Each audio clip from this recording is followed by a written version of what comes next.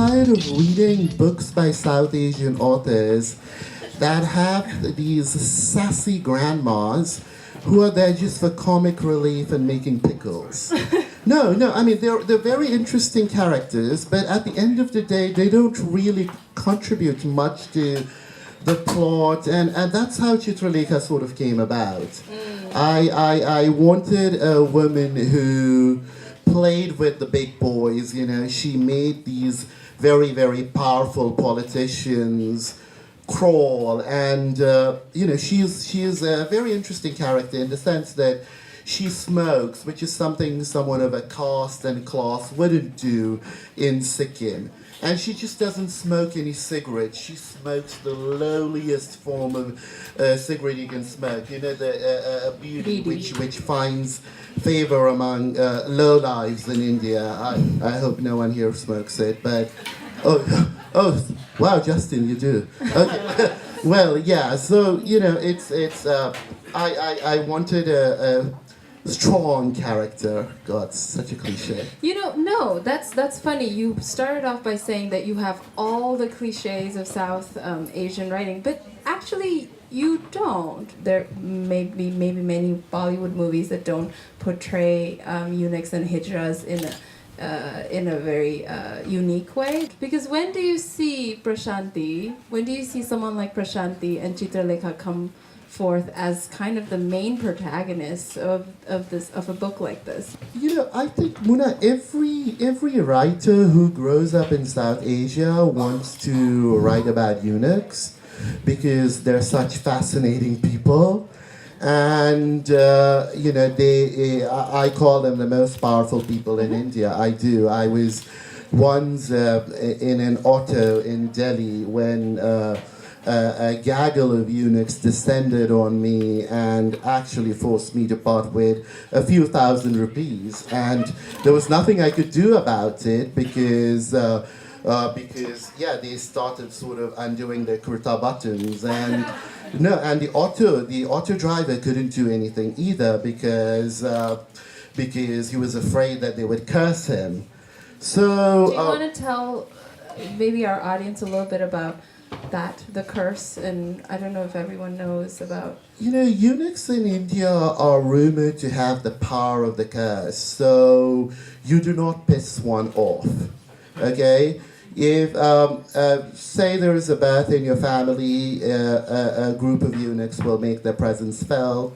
They'll demand money out of you because, you know, having a eunuch at these festive occasions is again considered lucky. You just don't want to piss them off. And when I was writing the novel, I was extremely nervous in the beginning of writing a eunuch character that would come across as a caricature, which is often what you see in Bollywood movies. You know, I am yet to come across a single Bollywood movie where eunuchs have been portrayed as, you know, humans with emotions and feelings and so on and so forth. And while Prasanthi, who is my favorite character in the book, or you know, the favorite character I've written so far, does come across as a caricature in the beginning, but I think she grows as a character as the novel progresses, and I consider her my biggest success. No, I agree. I think she's also really into language. Like I found that very giddying because as I was reading your novel, it was very exciting for me to sound out all the swear words that she was saying, you know. You know, I call Land Where I Flee my love letter to the Nepali language. You know, I've spent many pages describing Nepali words and trying to translate their essence into English and not succeeding too well at it. And what's interesting is you'd mentioned that my parents translated my first book, The Gurkha's Daughter, into Nepali. Now, The Gurkha's Daughter is this book that you would be happy if your 7th grader picked up. It's such an innocent book with not a single bad word in it. And when I approached my parents about potentially translating Land Where I Flee into Nepali, they were so horrified at the number of cuss words there that my mom said she wouldn't even touch it with a 10-foot pole. And yeah, to showcase the language, to showcase, it's very sad that, there are a lot of people of my generation who, despite having grown up in the Nepali-speaking belt of India or Nepal, are far more comfortable with English than they are with Nepali, which is the category you and I belong to. I'm guessing it's you too, yeah.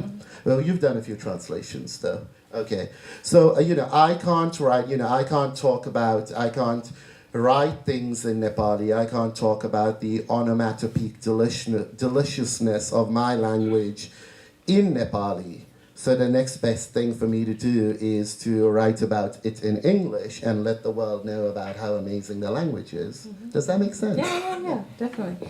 I also wanted to talk a little bit about Rutwa. Uh-huh. Mm-hmm. Is Rutwa Prajwal Parajuly? there is a writer character in my book, and I'll make I'll make an honest confession here.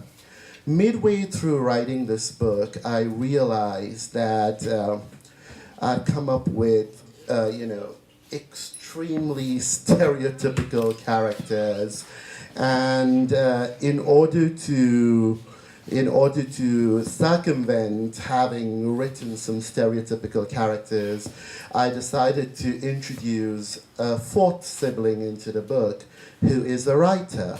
Now, one of the best things about introducing a writer into a book is you can poke fun at what you are doing.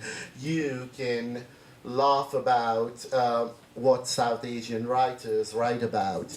I think Rutwa is Prajwal Parajuly gone bad. If Do you mind if I read that section a little bit? Which one? This one? Oh my God, I love it. Yes, please do.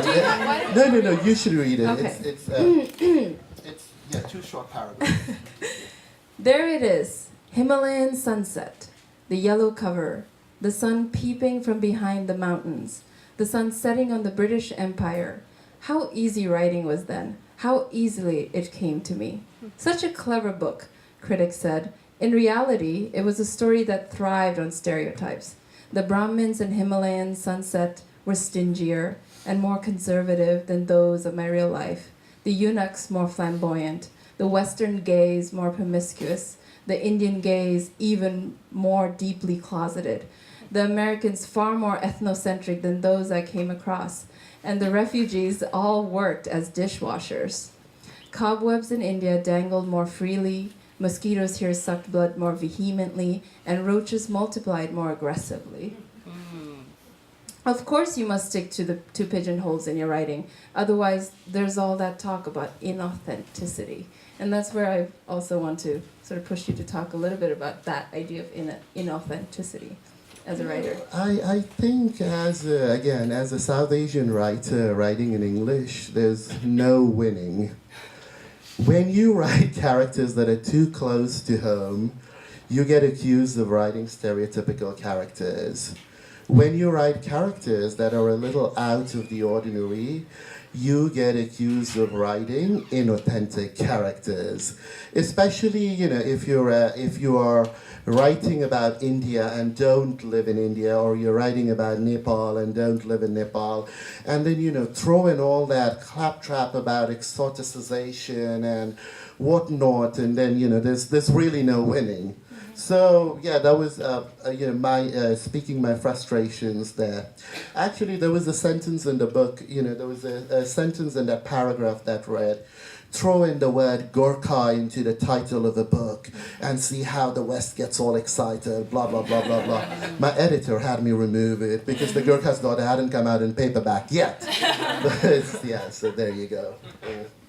Nice. I also wanted to talk about Chitralika. That's the 84-year-old grandmother. And I have seen many Chitralikas in the making. Uh-huh. My mother may or may not be one. Oh, really? Wow. I also wanted to read this part about love with Chitralika. Okay. She was a relic, How could someone as ancient as she be expected to understand love? That convoluted love Bhagwati immersed herself in. Chitralika too had loved her husband. She had loved her son. She had even loved her daughter-in-law. Yes, she couldn't be accused of not having loved. It was just that she loved within limits, loved where it was wise. How could this woman, who embraced, propagated, and preached pragmatism, have brought up a child who had chosen to disregard all rules of life for love? Chitralika had been a failure. She may have built an empire, but she was a failure. Her granddaughter was a fool in love. I think Chitralika echoes the sentiments of almost everybody her age back home. I've never seen my parents hold hands. I've never seen my parents hug. They take all these very, very awkward pictures where, if it's a couple portrait, it's sort of like that. Yeah. No, it really is. And then there's no smile on their face. It's horrible. And it's even worse with the grandparents. And so Chitralika is a product of her times and very much the 84-year-old woman that she is in that case. I mean, to her, the entire idea of somebody who is an upper caste Brahmin giving up everything to get married to someone from a lower caste is unfathomable. But at the same time, this is a performance. Of course, she has this deep capacity to love, but it was a performance. It was a mask she was putting on in so many ways. But isn't everyone else performing in the novel too? And then, well, I don't know if I want to reveal this, but as Rutwa, who comes and sort of reveals a part of Chitralika in his writing in the past, right? And she has some social standing that she's unable to part with. It's sort of an undoing of her performance in some way, but also her reputation that she's built up, right? I mean, what do you think about writers? I mean, there's talk about writers writing about family secrets and then being, pushed away or ostracized. What are your thoughts on that? Just like revealing. Such a boring family that they would translate horribly into a novel, seriously.